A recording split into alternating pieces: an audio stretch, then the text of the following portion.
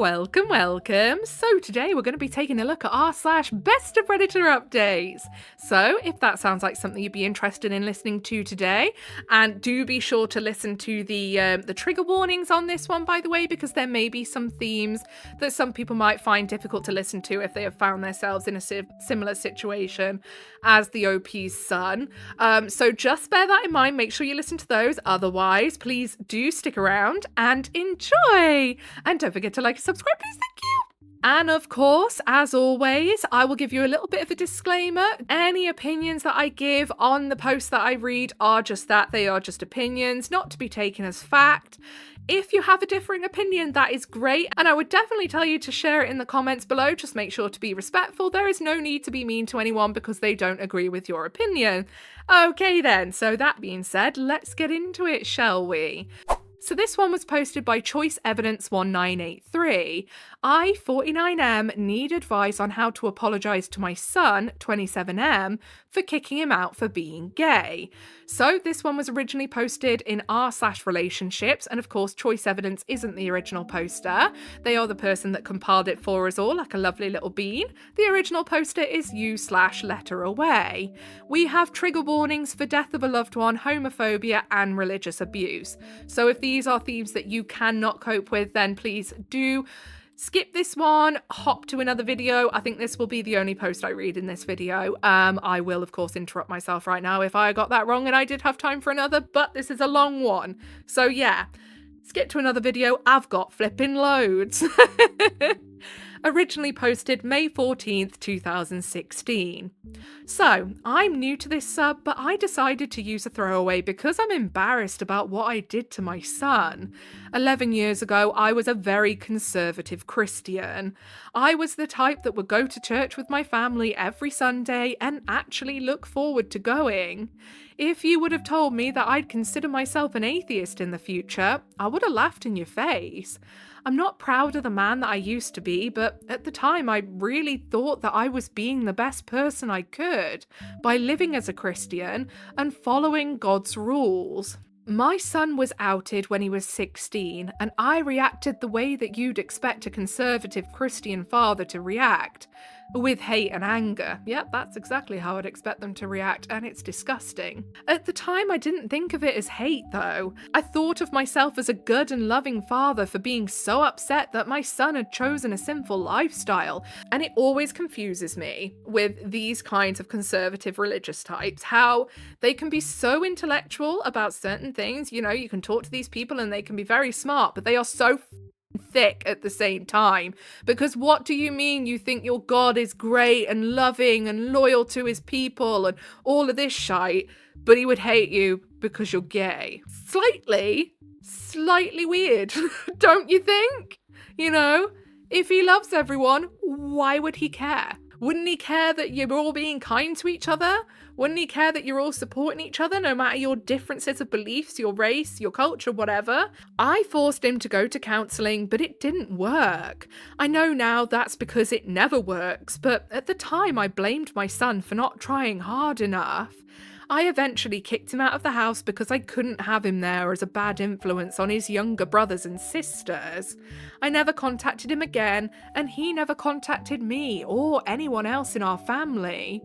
His mother died 2 years later, and because of the way that she died, I started to question my faith. I started researching Christianity and science on my own, and eventually stopped going to church.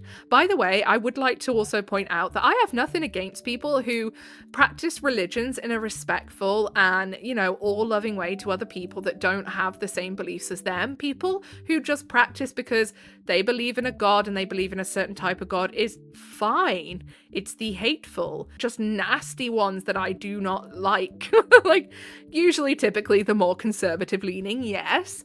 But even any other religions in any other country in the world, if they are basically saying, yeah, we hate you and we need to act aggressively towards you or ostracize you because you are not the way that we think you should be, no, don't like it, think it's a load of bullshit, personally. I gradually became less conservative and now I consider myself atheist. I've been thinking a lot about my son the last couple of years. I just felt so horrible for the way I treated him and for forcing him to live on his own as a 16-year-old. Every time I think about him, I feel like crying, to be honest. I've shed a few tears while writing this. There's nothing I can do or say to make up for what I did, but I found his address online and also found his Facebook profile. When I started looking him up, I was scared to death of what I'd find, but it looks like he's doing good. I've been thinking a lot about how I should contact him, and even if I should do it, I'm so worried about how he'll react that I've written him about 15 letters and never actually sent them.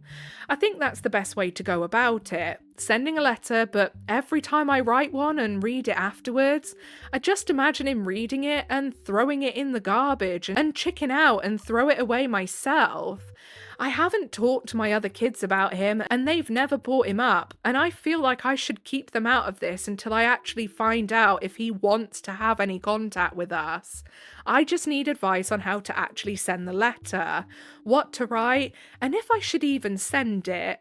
Any advice at all would be greatly appreciated. Whatever you write, you cannot be woe is me in that letter one bit, because any discomfort you are feeling is literally a consequence of your actions. So I would say if you're going to write a letter, I think it's got to be just a I hold my hands up kind of letter, and I don't know, no emotional manipulation of, oh, I feel so bad about this and blah, blah, blah, because I think he's just going to read it and go, oh, get stood on.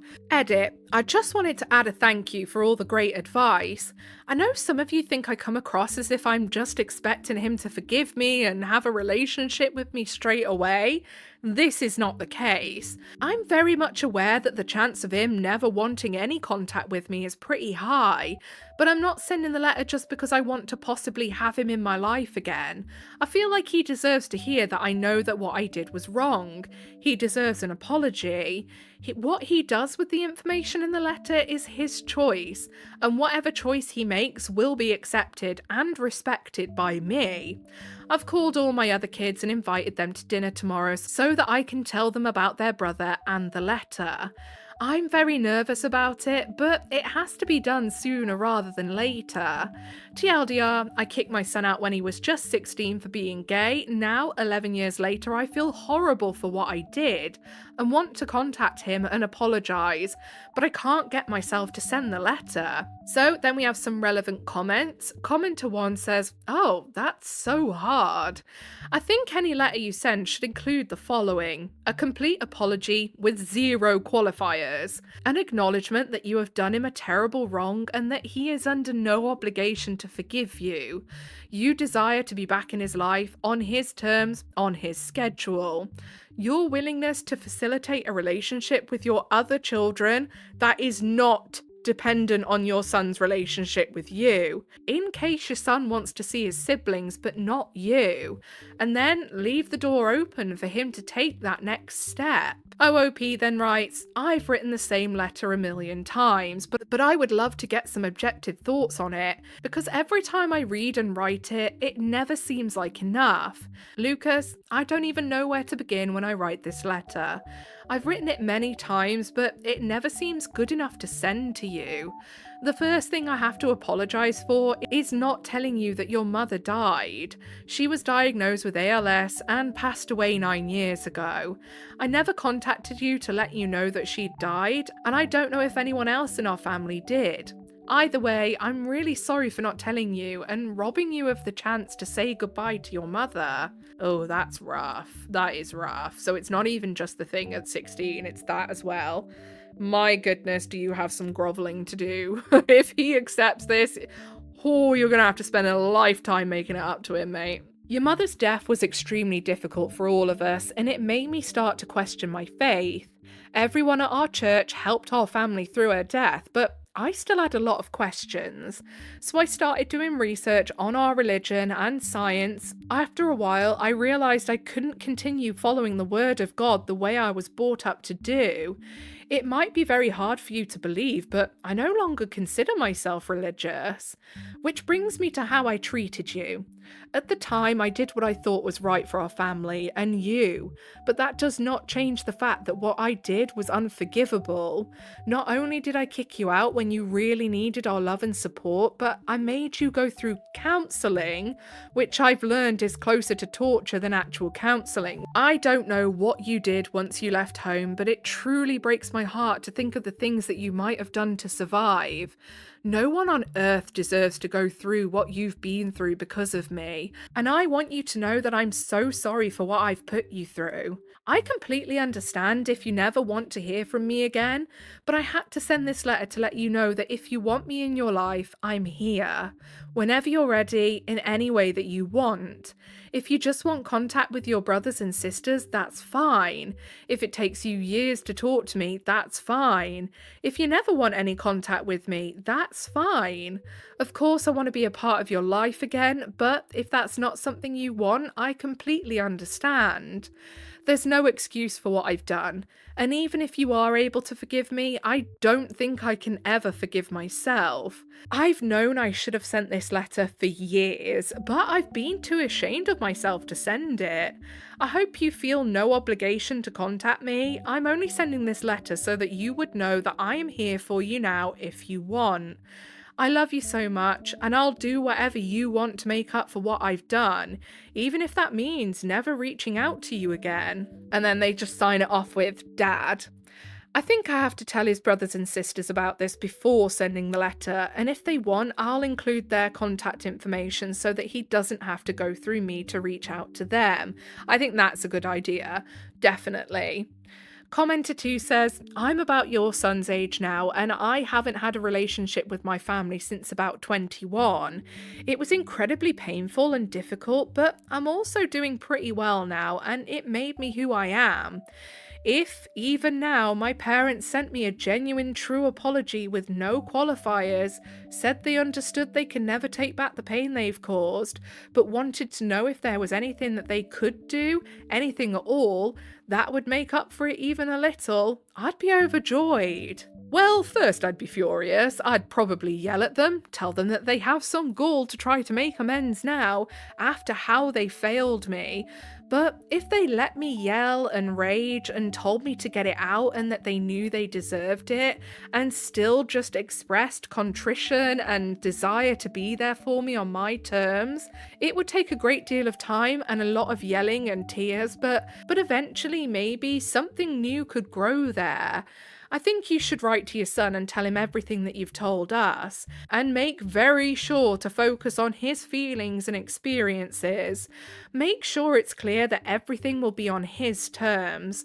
Maybe offer to pay for a session with a family therapist of his choice, and tell him that if he wants to spend the entire session just telling you how fucking angry he is, that's fine, and you'll accept it. Anyway, hope my perspective is somewhat useful.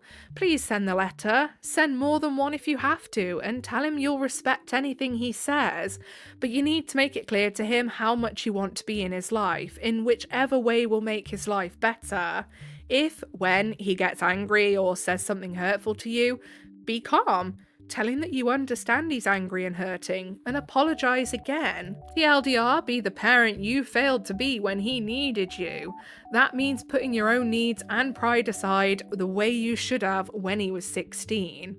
Yeah, I think that's a very good way to put it. It's very easy to sit there and knee-jerk reaction say, OP doesn't deserve to have contact with his son. OP doesn't deserve to ask to be back in his life. And I get that, but you got to think, maybe his son has spent all these years wishing that his dad would accept him. So reaching out, I do think, might even be something that's helpful for his son if he is genuine and he really wants to make that change. There could be a way that they could reconcile and have a relationship. It won't look like a normal relationship because of the trauma that would have caused. But if everyone is open and honest and respectful of everyone else's feelings, it can be done. Anyway, commenter 3 says a few things. Does he know his mother is dead? I mean, we've found out already by the letter that maybe not. You need to make no excuses whatsoever or try and qualify your behaviour. This is about him, not about you. Keep in mind that this might still probably is a huge source of pain for him. You getting in touch might upset him deeply. Is it worth it? Especially since he's in a good place, this may have well been extremely hard earned given what happened to him. See, I do get that, but he might be in the train of thought, the son, that the dad doesn't want to know him because he doesn't know his dad's not hyper religious and conservative anymore. Like, he doesn't know that that's how his dad feels, so he might just think himself, well, dad still thinks that way. So, there's never going to be a relationship. Whereas if at least he knows where his dad's head's at, he can then make an informed decision. I don't think just not getting in touch at all is a good idea, because this could be something that the son really has always wished for. Like the other commenter has just said, they would be so happy if their parents reached out and were genuine and actually wanted to make amends. So yeah, I don't think not reaching out on a what if is a good idea either. What you're doing is a fairly common technique for people who have behaved as you have to lure the sinner back in and try and fix them again. He may be aware of this and believe this to be your motivation. 100% use Facebook. Do not use his address knowing that you know his address might scare the shit out of him. Make contact with zero expectations. He is well within his right to either ignore you or send you a very strong negative response. I'm sorry about your wife, and I'm very sorry you find yourself in this situation with your boy. You're learning the you reap what you sow lesson in the hardest way. Yeah, exactly. Although I am disgusted, I must say props to you for changing your mind on this and taking a more positive path and outlook. You have no idea how rare you are, and I know that must have taken great strength and a ruthless and painful analysis of your behaviour to do. I hope you find some peace on this issue either way. And then the OP says, I don't know if he knows about his mum dying. I never contacted him, and I don't know if anyone in our family did. Keep in mind, this might still probably is a huge source of pain for him. You getting in touch might upset him deeply. Is it worth it? Especially since he's in a good place. This may well have been extremely hard earned given what happened to him. That's why I'm considering not contacting him at all. I don't know what he's been through because of what I did. I'm just relieved that he's alive, but it's not uncommon for kids in that situation to live on the streets and get themselves into a lot of trouble. If he's at a good place right now, I don't want him to have to relive everything he's been through. I felt like Facebook would be more invasive than a letter, but maybe in this day and age it's the opposite. Commenter 4. Out of curiosity, what are your other children's take on this? Have they expressed any interest in reaching out to him? And then OP says, we haven't talked about him in years. At the time, me and his mother told them that he was kicked out because he'd chosen a sinful life, and that there was nothing more we could do for him, and that he needed to find his way back to God on his own. We never said he was gay. Around the time I was starting to realise what I had done was wrong, one of the kids asked about him while we were eating dinner, and I reacted very badly and told them to never ask about him again. I felt guilty and knew that they'd be pretty upset if they knew why he was kicked out, so I couldn't bring myself to talk about it with them. Then commenter 5 says, you may need to practice by coming clean to your kids at home first. You can't really humble yourself to your eldest child if you haven't faced the music at home. They need to know and process what you did to their oldest sibling. You're going to have to humble yourself at the most basic level to your children because you failed as a parent immensely. Hopefully your children didn't inherit your religious zeal. Yeah, that's genuinely what has been like in the back of my mind, thinking, I really hope not. You never mentioned how your wife felt about your actions before she passed, how she felt about you kicking her child out. OOP then says, we made the choice together. I expected her to ask me to find him when she was dying so that she could say goodbye, but she never did. If I had just done it without waiting for her to ask, things might have been very different now. And then commenter 6 says, I eventually kicked him out of the house because I couldn't have him there as a bad influence on his younger brothers and sisters. You know, we don't usually get much of a chance to ask people about decisions like that, so I'm gonna ask, how did you reconcile that with Christianity? What part of the Bible says that you can abandon your minor child just because they lead a sinful lifestyle? Presumably you were aware as a Christian that everyone is an unrepented sinner, yes? Why did you believe at the time that the sin of homosexuality was somehow in a category of its own? I'm atheist now too, but even as a creationist evangelical Christian, I couldn't have countenanced the action that you took and can't understand the Christian parents who believe that the God of the prodigal son wants them to abandon their children to the streets. What on earth did you think you were doing? Now, 11 years later, I feel horrible for what I did and want to contact him and apologise, but I can't get myself to send this letter. Do you deserve his forgiveness before you even found the courage to ask for it? OOP then says, I don't want it to seem like I'm defending what I did, but I can explain the way that we were thinking.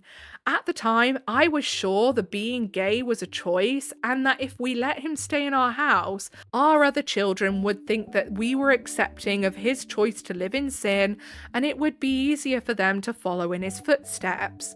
We also believed that we had given him all the help we could and that there was nothing more we could do. He needed to hit rock bottom and find his way back to God on his own. We believed that we were helping all of our children making that decision. I know it sounds ridiculous, but at the time it all made perfect sense to us. So then, update May 30th, 2016. 2 weeks later. I just wanted to give you guys an update and also thank you all for the great advice and insight. It was really tough to read some of the more angry comments, but I understand why some of you were angry with me. What I did was horrible and unforgivable, so I was expecting a few angry comments. What did bother me a little bit though was everyone who was saying that I only wanted to apologise to my son out of selfish reasons and wanted to guilt him into being in my life again. It worried me that that was the impression I was giving some of you because that's not what I wanted at all. I love my son and I just felt like he deserved an apology and a chance at having a relationship with his siblings, and that if he wanted me back in his life, I'm here now, even though I should have always been there for him. I wasn't expecting him to want to have contact with me again, but I wanted him to know that it was an option if that's what he wanted. I invited my kids over for dinner the day after I posted here and they all came, and I sat them down and told them the truth. It was a very painful conversation for all of us and lots of tears, but I was happy that the truth was finally out. They all wanted to send him letters as well, and we decided to send them together with all our contact information. I don't know how to explain the feeling I had after we sent them. It was a mix of a lot of emotions, and then waiting to see if he would reply to any of the letters was also a weird mix of emotions. I didn't really know what to expect, but couldn't help but hope that he would at least reply to one of us. Our family try to eat dinner together every Sunday. It's an old habit. Everyone can't always make it, but the Sunday after sending the letters, we were all together. No one had heard from him yet, which wasn't really surprising. We talked about how he probably needed time to process everything. It must be very bizarre and overwhelming to suddenly get an envelope full of letters from your estranged family. Yeah, it would have been. I can imagine that when he opened that, it hit like a brick wall. My goodness. I hope it helped him in some way get at least some peace with what happened, to know that they are sorry and that they do want to have a relationship with him. I hope at least knowing that they have admitted wrong is helping him in some way. The doorbell rang while we were eating dinner and my oldest daughter answered it. When she came back, we were extremely shocked to see that the person at the door was my son. What? I was not expecting that. I can't help but cry while I'm writing this because it was just so emotional to see him standing there in front of me. Everyone got up to hug him, but I wasn't sure what to do, so I just sort of stood there with tears in my eyes. When his siblings let him go, he looked at me and I was half expecting to yell at me and half expecting him to punch me, but he just walked over and gave me a hug. I completely broke down and he started to cry too. We all stood there crying for a minute before we finally were ready to actually talk. And we all talked for hours. There were no words to describe how it felt to see my son after all these years and hear him talk. I could listen to him talk all day. He said that he couldn't figure out what to write in a letter or what to say in a phone call. So he just got in his car and drove here. I mean, yeah, I bet that was really a big shock to him. Yeah, I can imagine not having a clue what to say. Understandable. It was really unexpected, but really wonderful. He told us about his life from the day he left, and it was very difficult to hear what he'd been through because of me, but I needed to hear it. Apparently, his aunt, my sister, had been in contact with him after he left. She told him about his mum dying, and she sent him money now and then. He's been through a lot, but he's doing really well now. After sitting and talking for a couple of hours, we went outside to talk, just him and me, and long story short, he forgives me. He said that it'll take a long time for him to really trust me again, but that he's been angry with me for years, and he's tired of it and ready to start building a relationship again. He left about an hour and a half after our conversation, and we all exchanged phone numbers, and his siblings added him on all their social media stuff. He lives about an hour and a half away, but he said he'll let us know when he got time for another Sunday dinner. He's sent me a couple of texts since then, and I couldn't be happier than I am right now. I know I don't deserve to be forgiven, and I don't deserve to have a relationship with my son, but I would be lying if I said that I didn't have a small hope that it would happen. I know that I have to be extremely respectful towards his wishes and let him take the lead with all of this. I told him to let me know if he felt like we were being too pushy, and that he's the boss of this whole situation. We all want to go at the pace that he feels comfortable at, and he's always welcome here whenever he feels like it. That's definitely the way to go with that, and you know what? At the end of the day, none of us can honestly say whether the OP deserves their son to forgive them. The only person that can make that decision is the son. The son gets to choose if he thinks his dad deserves forgiveness or not, So I am glad, and I really hope this is very healing for the son. So yeah, I'm extremely excited for the future and also incredibly grateful for all the advice you guys gave me. You really gave me the push I needed to tell my kids and send that letter. So from the bottom of my heart, thank you. So we have some relevant comments now. Relevant comments, commenter 1. Your sister is a saint, and you should also thank her as well for actually acting like family to her nephew. OP. I went by her house the day after with flowers and a cake as a thank you. I asked her how much money she sent him and offered to pay her back, but she refused. So I'll just have to get her really nice birthday presents for the rest of her life. And then a downvoted commenter says, why didn't you ask him to sit down to dinner with the family? OOP says, I did. He wasn't hungry though. We all sat at the dining table and talked. And I mean, yeah, and to be honest, the son is just trying to get used to the fact that he is now, accepted by his family. That's enough. I think sitting down and having an actual dinner and a meal together is something that's for the future. Right now, the son probably didn't even want to eat. He probably felt so nervous and when you get the nerves and you just feel nauseous from it. I can just imagine that that's how the son felt. So yeah, I'm not surprised he didn't want to eat, to be honest. He didn't have a clue what he was walking into, and fair dues to him, that was brave of him to turn up. I couldn't have done that if I'd had an, decade-long argument with my family and they disowned me like that. I couldn't just show up on the doorstep, even if they were groveling for my forgiveness. I wouldn't have been able to do that. That was hella brave on his part. Okay then, so let's have a look at the comments from the Best of Redditor Updates post then, shall we? So Captain Delicious Pants says, I'm so grateful for my dad. When I told him that I was bisexual, he just said, oh, that's normal. Everyone's like that. Remember, you can still get STDs from girls. Oh, bless him. I love that. But also, has dad got something he needs to share with the group? Because, oh, that's normal. Everyone's like that. No, father. Not everyone is bisexual, my love. I think maybe he just accidentally outed himself. I know, and now my dad knows that everyone isn't like that. I'm happy that my dad and I got to come out to each other. Oh, that's so cute. I love that. Even though he low-key outed my mum in the process. I love that though. That's so cute. And then Tyre Connell FL says, that's a cute story, even if there's a little well-meaning derp in it. I'm happy for your family. Yeah, that's really cute. That's really sweet. And you know what? That's even cuter that he's just like, oh yeah, everyone's like that. And it's like, nah, some people are just like straight and that is it. Straight, no interest, you know. I think a lot more people are actually bisexual than would ever admit it, to be honest with you.